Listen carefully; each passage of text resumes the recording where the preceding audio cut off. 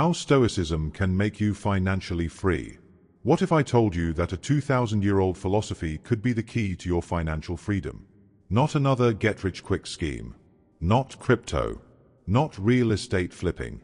Just ancient wisdom that's more relevant now than ever. I'm talking about Stoicism, and today I'm going to show you how these timeless principles can transform your finances and your life. The wealth paradox.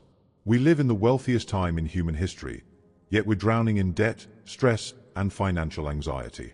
Never before have humans collectively possessed so much material abundance, technological innovation, and economic growth, and yet personal financial struggle remains the norm rather than the exception. The average American carries $7,000 in credit card debt, a burden that compounds with interest each passing month. An alarming 70% of us live paycheck to paycheck, constantly walking a financial tightrope with no safety net below. And this pervasive financial stress is silently destroying our health, undermining our mental well-being, and fracturing our most important relationships. Why? Because we've been sold a profound lie about what wealth really is and how it should function in our lives. Think about it. Everywhere you look, you're bombarded with sophisticated messages telling you that happiness comes from buying more, upgrading constantly, and chasing luxury.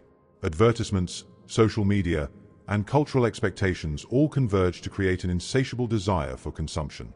The result? We sacrifice our precious time working jobs we hate to buy things we don't need to impress people we don't even like or truly care about. This isn't just a theoretical observation. Numerous psychological studies consistently show that beyond covering our basic needs and achieving modest comfort, more money barely increases happiness or life satisfaction. The hedonic treadmill ensures that we quickly adapt to new possessions or income levels, returning to our baseline happiness. Yet despite this evidence, we continue to sacrifice our time, health, and most meaningful relationships pursuing ever higher incomes and status symbols. The modern financial system isn't designed to make you genuinely wealthy. It's methodically designed to keep you consuming in a never-ending cycle. Credit cards with their punishing interest rates, seductive buy now pay later schemes, and endless financing options aren't helpful services. They're sophisticated traps that effectively commodify your future earnings and freedom. They convert tomorrow's potential into today's consumption, leaving you perpetually working to pay for a past you can barely remember enjoying. What Stoics knew about money. The Stoics, philosophers like Marcus Aurelius, Seneca, and Epictetus, understood something profound about wealth and happiness that our modern consumer society has forgotten. Their wisdom, developed over 2 millennia ago, offers a radical alternative to our current financial paradigm. True wealth isn't about having more. It's about wanting less. This deceptively simple insight cuts against everything our economy is built upon. While we chase higher incomes and accumulate possessions, the Stoics recognized that the pursuit itself was the source of our dissatisfaction. Seneca, who was one of the richest men in Rome, wrote, "It is not the man who has too little, but the man who craves more, who is poor." Despite managing an estate worth millions in today's currency, he understood that material abundance without mental freedom was merely gilded poverty. Let that sink in. According to Stoic philosophy, the wealthiest person isn't the one with the most assets, but the one with the most control over their desires. Financial independence isn't just about your bank balance. It's about your relationship with wanting itself. These philosophers weren't ascetics living in caves, rejecting society or material comfort. Marcus Aurelius was the emperor of Rome, the most powerful man in the world, with access to luxuries we can scarcely imagine. Seneca was a successful playwright, statesman, and investor with enormous wealth that would rival today's billionaires. Epictetus, by contrast, began life as a slave before gaining his freedom and becoming a respected teacher. Yet despite their vastly different financial circumstances, they converged on the same wisdom. Material possessions were indifferents, neither good nor bad in themselves. What mattered was how you used them and whether they controlled you. The Stoics taught that we should hold our possessions lightly, enjoying them while they're present but prepared to lose them without distress. Seneca put it bluntly, the greatest wealth is a poverty of desires. This isn't about embracing material poverty. It's about liberating yourself from the psychological slavery of constant wanting. It's about developing the internal freedom to say enough in a world screaming more. Consider this perspective. Every advertisement you see is carefully designed to create a gap between who you are and who you should be, a gap that can supposedly be closed by purchasing the advertised product. This manufactured discontent is the engine of consumer capitalism. Stoicism offers a radical alternative. It closes that gap not by buying the product, but by rejecting the false premise that you need it to be complete or worthy. The Stoics would view our modern debt crisis not as a financial problem, but as a philosophical one. Our collective inability to distinguish between wants and needs has led us to sacrifice our most precious resource, time, in service of acquiring things that bring little lasting satisfaction. As Seneca warned, it is not that we have a short time to live, but that we waste a lot of it. In essence, Stoic financial wisdom teaches us that true abundance comes from cultivating gratitude for what we have, rather than fixating on what we lack. Their ancient insights offer a powerful antidote to the scarcity mindset that drives much of our modern financial anxiety. The 3 Stoic principles for financial freedom. 1. Focus on what you can control. Control your responses, not external events.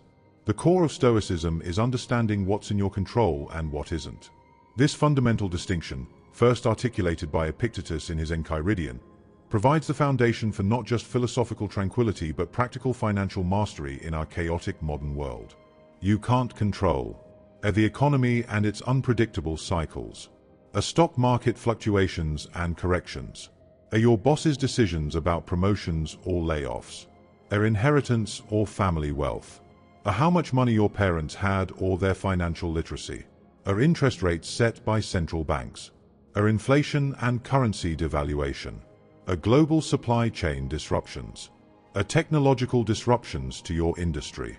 But you can control your spending habits and daily financial choices, how much you save and invest consistently, your skills, knowledge, and continuous learning, how you allocate your time and energy, your expectations and relationship with material goods, your response to financial setbacks, the information sources you consume about money, your financial education and literacy, the experts and mentors you choose to learn from, how often you review and adjust your financial plan. When you focus on what you can control, you stop being a victim of circumstance and start creating your own financial reality. This shift in perspective transforms you from a passive recipient of economic conditions to an active architect of your financial future. This isn't just philosophical, it's intensely practical. How much mental and emotional energy do you waste worrying about recessions, inflation, market crashes, or economic policies? That precious energy, which represents your most valuable resource, could be directed toward improving your marketable skills, reducing unnecessary expenses, building emergency savings, or creating additional income streams. Epictetus, who began life as a slave and understood constraint intimately, said, "Make the best use of what is in your power, and take the rest as it happens." This wisdom is particularly relevant in financial contexts, where external conditions frequently change but principles remain constant. Imagine 2 people facing an unexpected layoff. A person A spends weeks angry about the company's decision, blaming the economy, complaining about unfairness, and feeling like a victim of corporate greed. A person B immediately focuses on updating their resume, calling professional contacts, cutting unnecessary expenses, applying for positions, and learning new skills to increase marketability. Who do you think recovers faster financially and experiences less emotional suffering? That's the practical power of the Stoic approach to adversity and change. This principle also applies to financial comparison, that toxic modern habit of measuring your financial success against others, especially the carefully curated lives presented on social media. The Stoics would say the only meaningful comparison is between who you were yesterday and who you are today. Your financial journey is unique, with its own timeline, challenges, and definition of success. Marcus Aurelius reminded himself, "Be satisfied with even the smallest progress, and treat the outcome of it all as unimportant." Applied to personal finance, this means celebrating each step forward, every debt payment, savings increase, or wise investment decision, while detaching from unrealistic expectations about results or timelines. 2. Practice voluntary discomfort. Comfort is the enemy of wealth. Epictetus said, "Wealth consists not in having great possessions, but in having few wants." This counterintuitive definition of wealth gets to the heart of financial independence in a way that modern finance often misses. This is where Stoicism gets intensely practical and challenges our comfort-seeking culture. The Stoics regularly practiced voluntary discomfort, premeditatio malorum, deliberately making themselves uncomfortable to build psychological resilience and emotional strength. How does this ancient practice apply to your modern finances? Try these Stoic financial exercises to build your financial resilience muscle. Have a no-spend weekend once a month where you enjoy free activities and use what you already have. Live on half your income for 30 days, saving or investing the difference. Delete shopping apps from your phone and implement a 7-day waiting period for non-essential purchases. Practice eating simple, economical meals for a week instead of dining out.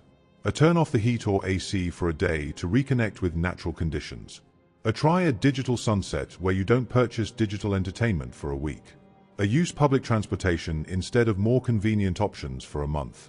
Repair something instead of replacing it, even if replacement seems easier.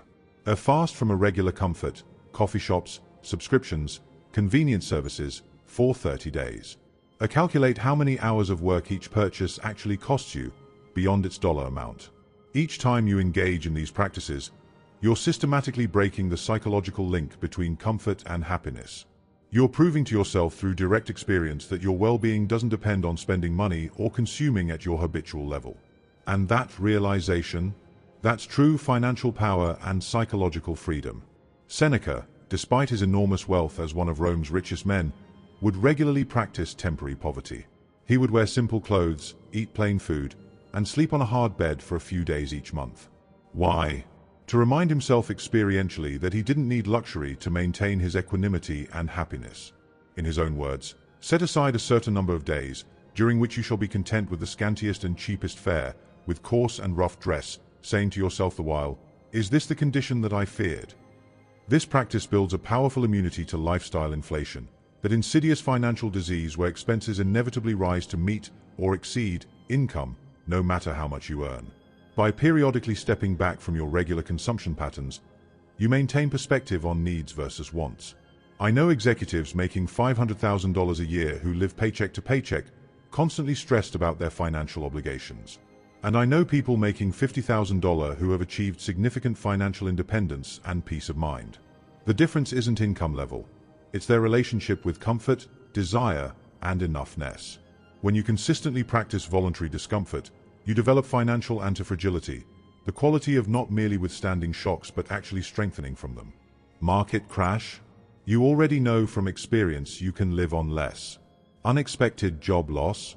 You've practiced adapting to challenging circumstances and have the emotional toolkit to respond effectively. This isn't about pointless suffering or asceticism, it's about freedom and choice. Every voluntary discomfort is a repetition in the gymnasium of financial resilience, strengthening the muscles of adaptability that most people never develop. 3. Separate value from price. Price is what you pay. Value is what you get. Marcus Aurelius wrote, "The things you think about determine the quality of your mind." This insight applies profoundly to how we conceptualize money, purchases, and value in our consumer-oriented culture. The Stoics understood that our judgments create our subjective reality. And in our sophisticated marketing environment, we've been systematically programmed to confuse price with value, status with worth, and acquisition with satisfaction. The $5 specialty coffee isn't just coffee. It's a status symbol, a comfort ritual, a reward mechanism, and an identity marker. The luxury car isn't just transportation. It's a statement about social position, achievement, and personal branding. Stoicism teaches us to see things as they really are, to strip away the judgments, associations, and desires we project onto objects. This clarity allows us to make financial decisions based on true utility rather than emotional impulses or social signaling. Ask yourself these Stoic-inspired questions before purchases. What am I really buying beyond the physical object or experience? Is this adding real, lasting value to my life or temporary emotional satisfaction? Would I want this if no one else could see I had it or knew I experienced it? Will this matter in 5 years, or even 5 months? Am I purchasing this from a place of sufficiency or lack? Is this aligned with my authentic values or someone else's expectations? Would my future self thank me for this expenditure? The modern economy runs on making you systematically forget the difference between price and value. A $50 designer t-shirt costs $3 to manufacture. The other $47? That's buying you a story about yourself, a momentary dopamine hit, a sense of belonging to a tribe, or a brief emotional state, all of which fade quickly while the financial impact remains. Marcus Aurelius would advise, when jarred unavoidably by circumstances, revert at once to yourself, and don't lose the rhythm more than you can help. You'll have a better grasp of harmony if you keep going back to it. In financial terms, this means regularly returning to your core values and first principles rather than being swept along by the current of consumer culture and social comparison. This Stoic approach doesn't mean never enjoying nice things or experiences. It means enjoying them consciously and intentionally, for what they truly are and the actual value they provide, rather than for the emotions, status, or identity you think they'll provide. It means purchasing from a place of awareness rather than automation. Consider implementing this simple practice. Before any non-essential purchase over $100, write down what specific value you expect it to bring to your life. Wait 24 to 72 hours. Then decide if that value truly justifies the price, not just in money but in life energy, hours worked, and opportunity cost, what else those resources could do. As Epictetus reminded his students, freedom is not procured by a full enjoyment of what is desired, but by controlling desire. Financial freedom begins not with earning more but with wanting less, or more precisely, wanting what actually aligns with your authentic flourishing rather than what you've been conditioned to desire. Putting it all together, the Stoic financial practice. These three principles form a comprehensive system for financial well-being that transcends market conditions and income levels. 1. Focus on what you can control. Direct your energy toward your actions and responses rather than external circumstances.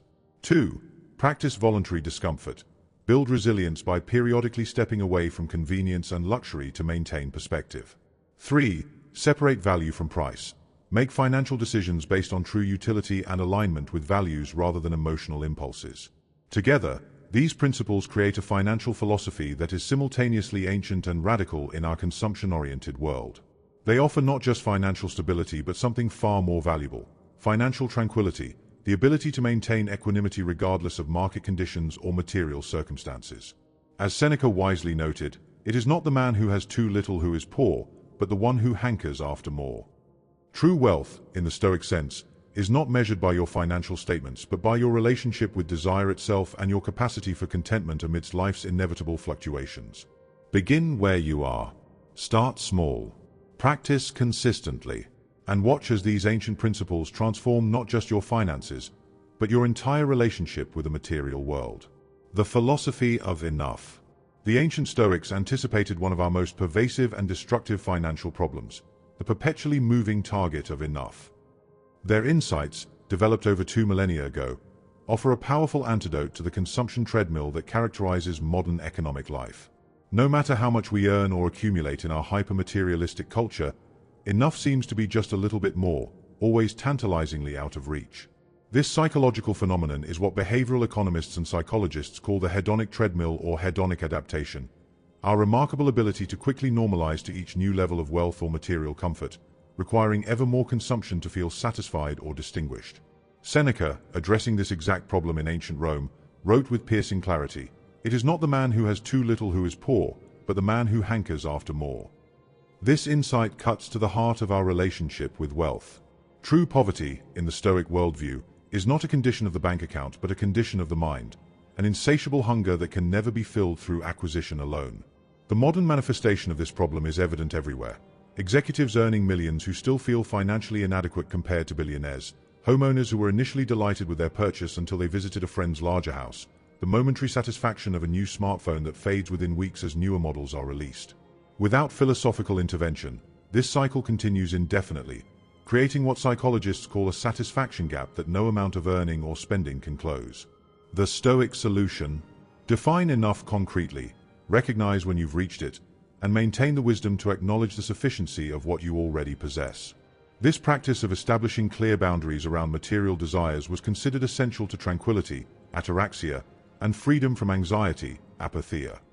For me, after years of financial striving and status seeking, enough came to mean a modest home in a safe neighborhood that meets our needs without excess, a freedom from non-mortgage debt and the psychological burden it imposes, a 6 months of essential expenses in liquid savings for true security, a work that aligns with my core values and allows meaningful contribution, adequate retirement savings that grow steadily without requiring obsessive attention, a time and energy for family, friends, and personal growth, the ability to be generous without financial strain, simple pleasures that don't require significant expenditure, environmental sustainability in my consumption choices, are financial decisions that reflect my values rather than external pressures. Once I clearly defined enough and recognized when those conditions were met, something remarkable happened. I stopped compulsively chasing the next income bracket, comparing myself to higher earners, or feeling the constant pressure to upgrade my possessions. Instead, I started focusing on what truly mattered to my authentic self: relationships, meaningful work, contribution, and personal development. And here's the paradox that the Stoics understood. My financial situation actually improved because I began making decisions based on values and long-term thinking rather than emotional impulses and status anxiety. By stepping off the hedonic treadmill, I conserved both financial resources and attention, perhaps our scarcest resource in the modern economy. This shift wasn't instant or easy. Our consumer culture has sophisticated mechanisms for creating perpetual dissatisfaction. Marketing experts work tirelessly to ensure we never feel complete. Advertisers exploit our social insecurities, and entire industries profit from our status anxiety. Resisting these forces requires both philosophical clarity and practical habits. Some practical applications of this Stoic principle include: create a specific, written definition of enough for your life. Practice gratitude for what you already possess rather than focusing on what's lacking. Implement waiting periods before significant purchases to determine if they truly align with your enough. Regularly expose yourself to circumstances less fortunate than your own to maintain perspective. Celebrate financial milestones without immediately establishing new, more demanding goals. Distinguish between needs, wants, and social expectations in your spending. Find community with others who share this philosophy rather than those who encourage endless striving. Periodically review marketing's impact on your definition of enough. As Marcus Aurelius advised, very little is needed to make a happy life. It is all within yourself, in your way of thinking. This perspective directly challenges our culture's assumption that more is always better, that growth must be perpetual, and that satisfaction comes primarily through acquisition. This is the hidden power of Stoicism in financial life. By thoughtfully constraining your desires and establishing boundaries around enough, you paradoxically expand your freedom, attention, and capacity for joy. You transform wealth from an external condition to an internal state of sufficiency and gratitude. Epictetus, who owned almost nothing compared to Seneca or Marcus Aurelius, expressed this perfectly: wealth consists not in having great possessions, but in having few wants. When we internalize this wisdom, we gain immunity to the endless expansion of desires that drives financial anxiety regardless of income level. The ultimate financial freedom, then, isn't having unlimited resources. It's being content with finite ones.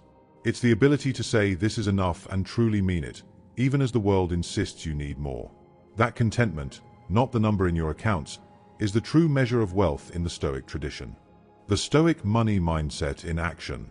Let me show you what this philosophy looks like in practice, not just as abstract principles, but as concrete decisions and habits that transform your relationship with money and, ultimately, your life satisfaction. The non-Stoic approach, the conventional financial path. The conventional approach to money in our consumer-oriented society typically follows these patterns. Earn more to spend more, increase income primarily to expand consumption and lifestyle, creating a never-ending cycle of work and spend. Buy now, pay later. Leverage debt liberally for immediate gratification, viewing future payments as an acceptable trade-off for present enjoyment.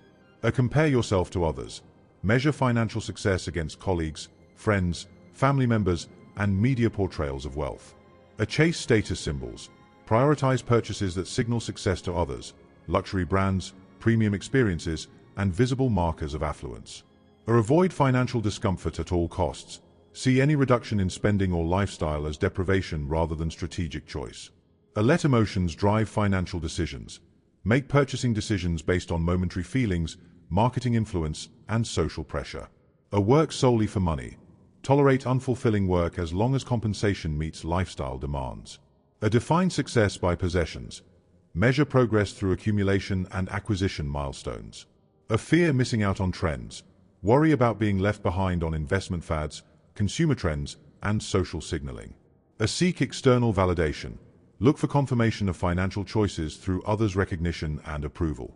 View money as an end in itself. Pursue wealth accumulation without clear purpose beyond having more. Confuse price with value. Assume higher cost automatically means better quality or greater satisfaction.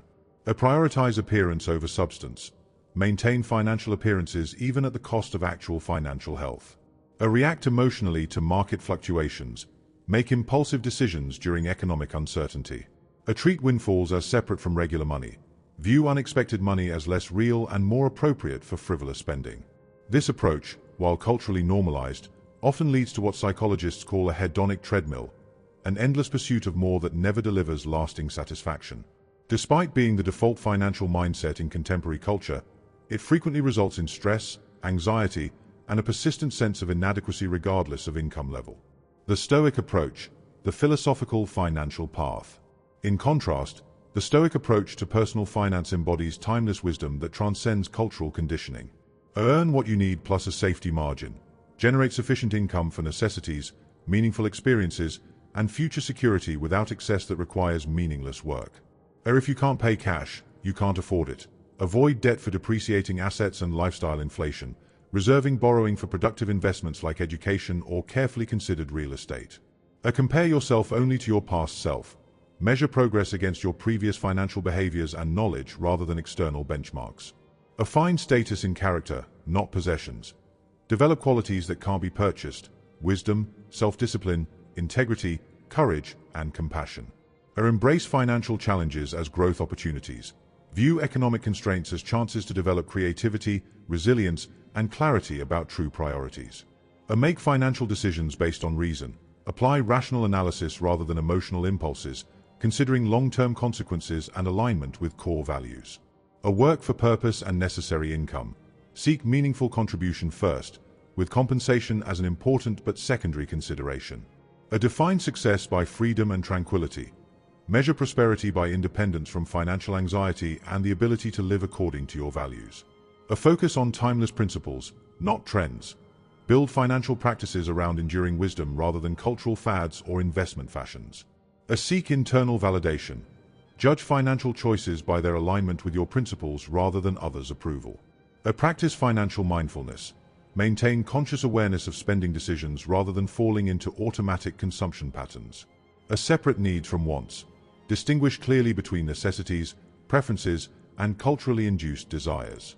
Value experiences over possessions. Prioritize meaningful activities and relationships over accumulating objects. Maintain margin in all financial areas.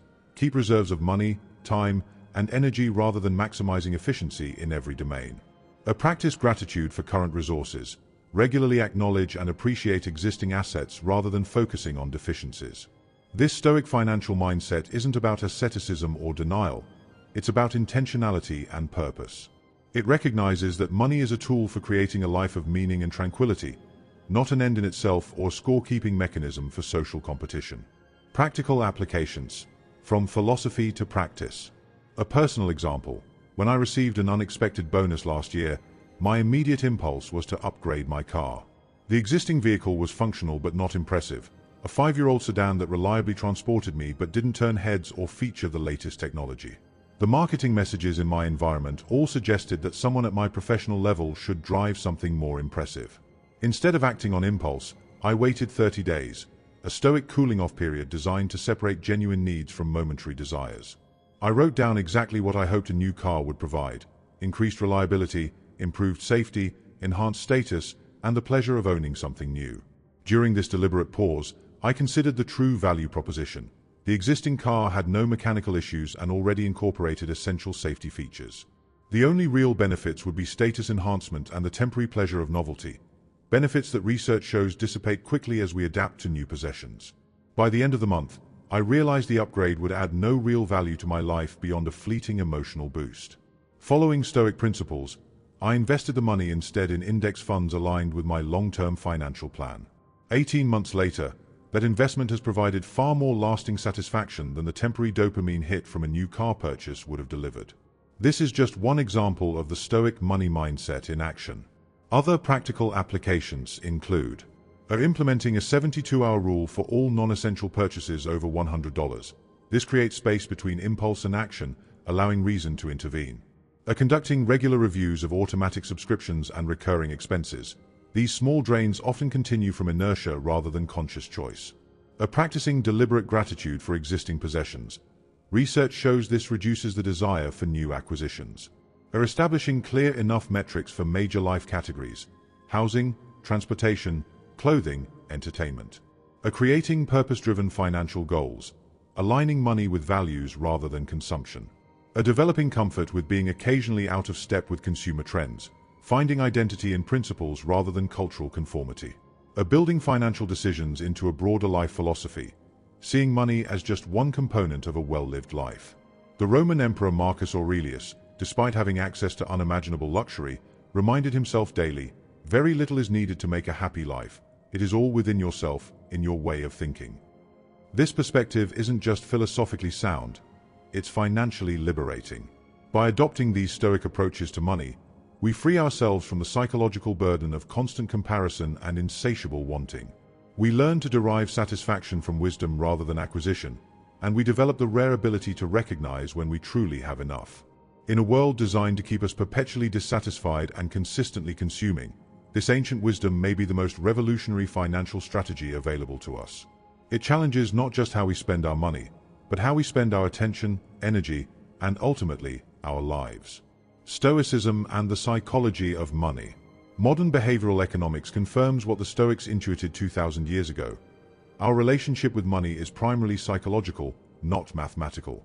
The ancient wisdom of Stoic philosophers like Seneca, Epictetus, and Marcus Aurelius anticipated the groundbreaking findings of contemporary psychological research on financial behavior by millennia, offering timeless insights into our complex relationship with wealth and material resources. Despite our sophisticated financial models and computational tools, human beings consistently make economic decisions based on emotions, social comparison, and cognitive biases, not the rational cost-benefit analysis that traditional economic theory presumes. This psychological reality creates a profound disconnect between how we think we make financial decisions and how we actually make them in practice. Behavioral economists like Daniel Kahneman, Richard Thaler, and Dan Ariely have documented dozens of systematic ways our minds mislead us about money. A loss aversion. We feel the pain of financial losses roughly twice as intensely as the pleasure of equivalent gains. An anchoring bias. Initial price information disproportionately influences our perception of value. An endowment effect. We overvalue what we already own simply because we possess it. A present bias. We dramatically discount future financial outcomes in favor of immediate gratification. A social proof. We look to others' behavior to determine appropriate financial actions. A status quo bias. We maintain current financial arrangements even when alternatives would serve us better. A mental accounting. We treat money differently depending on how we categorize it. A confirmation bias. We seek information that supports our existing financial beliefs while ignoring contradictory evidence. A recency bias. We give too much weight to recent financial events in our decision-making. A scarcity mindset. Financial constraints capture our attention and impair long-term thinking. Remarkably, the Stoics recognized these psychological tendencies long before they had formal names or experimental validation. They understood that human nature included inherent cognitive distortions about wealth, possessions, and status. More importantly, they developed systematic practices to counter these tendencies and cultivate a healthier relationship with material resources. Stoic practices for financial psychology. The Stoics developed specific exercises to address the psychological dimension of our relationship with money. 1. Negative visualization, premeditatio malorum. Regularly imagine losing your financial assets, possessions, and economic privileges. This counterintuitive practice reduces fear and attachment while increasing gratitude for what you currently have. By mentally rehearsing potential losses, you develop greater psychological resilience to actual financial setbacks when they inevitably occur. Seneca, despite his immense wealth, regularly practiced temporary poverty to maintain perspective. Set aside certain days on which you shall be content with the scantiest and cheapest fare, with coarse and rough dress, saying to yourself, "Is this the condition that I feared?" Modern application. Once a month, spend an hour imagining specific financial losses, job termination, investment decline, unexpected expenses, and mentally rehearse your response. Consider, what resources would remain available to you? What non-financial assets, skills, relationships, knowledge would still serve you? How might this loss ultimately lead to growth or new opportunities? What elements of your life would remain unchanged despite financial setbacks? This practice builds psychological immunity to financial fear and reduces anxiety about potential losses, allowing for clearer decision-making and greater present-moment appreciation. 2. Role models, exemplars. Study people who embody financial wisdom and virtue. For the Stoics, this meant figures like Cato the Younger, who lived modestly despite his patrician status, or Diogenes the Cynic, who embraced radical simplicity. Today, it might mean learning from those who maintain contentment while living well below their means, who use wealth for meaningful impact, or who maintain equanimity through financial hardship. Epictetus advised his students, when you're about to embark on any action, remind yourself what kind of action it is. If you're going out to take a bath, set before your mind the things that happen at the baths. Some people splashing, others pushing, others using abusive language, and others stealing. Thus, you will more safely go about this action if you say to yourself from the start, I want to bathe and keep my choices in accordance with nature. Modern application. Identify specific financial role models whose approach to money reflects your deepest values. These might be historical figures who exemplified financial wisdom, living individuals within your community who demonstrate financial temperance, authors or thinkers who articulate healthy money psychology, family members who transmitted sound financial values, public figures who use wealth in alignment with meaningful purpose. Study their specific habits, mindsets, and practices. When facing financial decisions, ask yourself, what would my financial exemplar do in this situation? Or how would they think about this choice? 3. Evening review, examen. At the end of each day, review your financial decisions and impulses without judgment or self-criticism. Where did you let momentary desires override longer-term priorities? Where did social pressure influence your choices? Where did you act in alignment with your values? Marcus Aurelius practiced this personal accounting nightly. Allow yourself a space of quiet, wherein your mind is free to examine itself undisturbed. How have I been wrong this day in what I have done or said? What have I left undone or unsaid that I ought to have done or said? Modern application. Develop a systematic financial review practice. Daily. Note any financial decisions, both actions taken and impulses resisted. Weekly. Review patterns in spending, saving, and financial thinking. Monthly. Assess alignment between financial behavior and stated values. Quarterly. Reflect on progress toward financial tranquility, not just financial goals. Annually. Consider how your relationship with money is evolving. Unlike typical budgeting, this practice focuses not on the numbers themselves but on the psychological and philosophical dimensions of your financial choices. 4. Dichotomy of control, discernment. The cornerstone of Stoic philosophy is distinguishing between what we can control and what we cannot. In financial terms, this means recognizing that market movements, economic conditions, and others' financial decisions lie outside our control. What remains within our sphere of influence includes our financial habits, our response to circumstances, and our judgments about what constitutes enough. Epictetus began his Enchiridion with this principle: some things are within our power, while others are not. Within our power are opinion, motivation, desire, aversion, and, in a word, whatever is of our own doing. Not within our power are our body, our property, reputation, office, and, in a word, whatever is not of our own doing. Modern application. When facing financial decisions or challenges, explicitly sort factors into 2 categories. Within my control, my spending choices, savings rate, skill development, time allocation, information sources, financial education, values clarification. Outside my control, market returns, interest rates, others' financial decisions, economic conditions, unexpected expenses. Focus attention and energy exclusively on the first category, while practicing acceptance of the second. This prevents wasted psychological resources on financial factors we cannot influence. 5. Voluntary discomfort, ascesis. Deliberately embrace temporary financial constraints or discomfort to build resilience and break the connection between consumption and happiness. The Stoics regularly practiced voluntary hardship to demonstrate to themselves that external circumstances need not determine internal states. Musonius Rufus, the Roman Socrates, taught, we should discipline ourselves in small things, and from there progress to things of greater value. If you have a headache, practice not cursing. Don't wish to be elsewhere, or to be someone else. And then build from there. Modern application. Regularly undertake practices like periodic spending fasts in specific categories, no-spend challenges for defined periods, temporary downgrades in accommodation, transportation, or services. A delayed gratification exercises with increasing time frames. A deliberate choice of the less convenient or comfortable option. Each exercise builds the muscle of financial resilience and reduces psychological dependence on consumption for well-being. Your Stoic Financial Plan. Here's your roadmap to financial freedom, the Stoic way. 1. Define enough. What's your actual financial target? Not some fantasy number, the real amount you need for a good life. 2. Audit your desires. Make a list of everything you've bought in the past month and ask, did this make me a better person? Did it align with my values? 3. Practice negative visualization. Regularly imagine losing your possessions, your job, your home. How would you adapt? This builds financial resilience. 4. Create a virtue budget. Allocate money based on the Stoic virtues: wisdom, courage, justice, and temperance. 5. Build your inner citadel. Cultivate sources of happiness that cost nothing: learning, relationships, nature, creative work. Let's expand on that virtue budget idea, because it's powerful. The Stoics valued 4 cardinal virtues.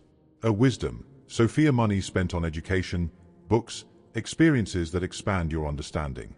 A courage, Andrea, investments that feel scary but align with long-term goals. A justice, dikaiosine, charitable giving, fair business practices, ethical investments. A temperance, saphrosine, saving, delayed gratification, avoiding lifestyle inflation. Imagine reviewing your spending through this lens rather than typical budget categories. Ask not, did I stay under budget? But did my spending reflect wisdom, courage, justice, and temperance? This approach transforms budgeting from restriction to expression of values. Stoicism for financial independence. The modern FIRE movement, financial independence, retire early, has rediscovered many Stoic principles without recognizing their ancient origins. Both emphasize a separating wants from needs, a focusing on what you can control, a finding happiness in simplicity, a valuing time over possessions. The Stoic path to financial independence involves these key steps. 1. Reduce unnecessary expenses without reducing quality of life. This isn't deprivation, it's curation. Eliminate spending that doesn't bring real value. 2. Build skills that generate income independent of your time. The Stoics valued self-sufficiency. Today, this means developing marketable skills and passive income. 3. Invest consistently based on reason, not emotion. The Stoics would be index fund investors, rational, consistent, unswayed by market panic or euphoria. 4. Create optionality in your life. Financial freedom isn't about retiring to a beach. It's about having options, the ability to say no to what doesn't serve your purpose. The ultimate freedom. Financial freedom isn't having so much money that you can do anything. It's needing so little that you can do anything already. Epictetus, who was born a slave, understood this better than anyone. He said, "Wealth consists not in having great possessions, but in having few wants." The Stoics knew that the wealthiest person isn't the one with the most money, but the one who is content with what they have.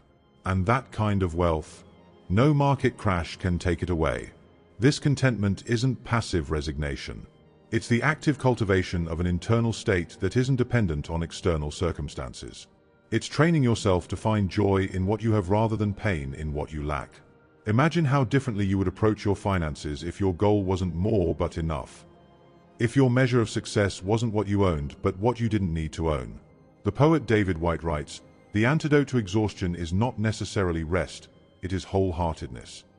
Similarly, the antidote to financial anxiety is not necessarily more money. It is alignment between your resources and your values. So ask yourself, what if your financial problems aren't about money at all, but about your relationship with desire? What if the path to freedom has been here all along, hiding in plain sight for 2,000 years? This is just the beginning. If you want to go deeper into Stoic financial principles, hit subscribe and check out the links in the description. Remember what Seneca said, "It is not the man who has too little, but the man who craves more, who is poor." Choose to be rich in the ways that truly matter.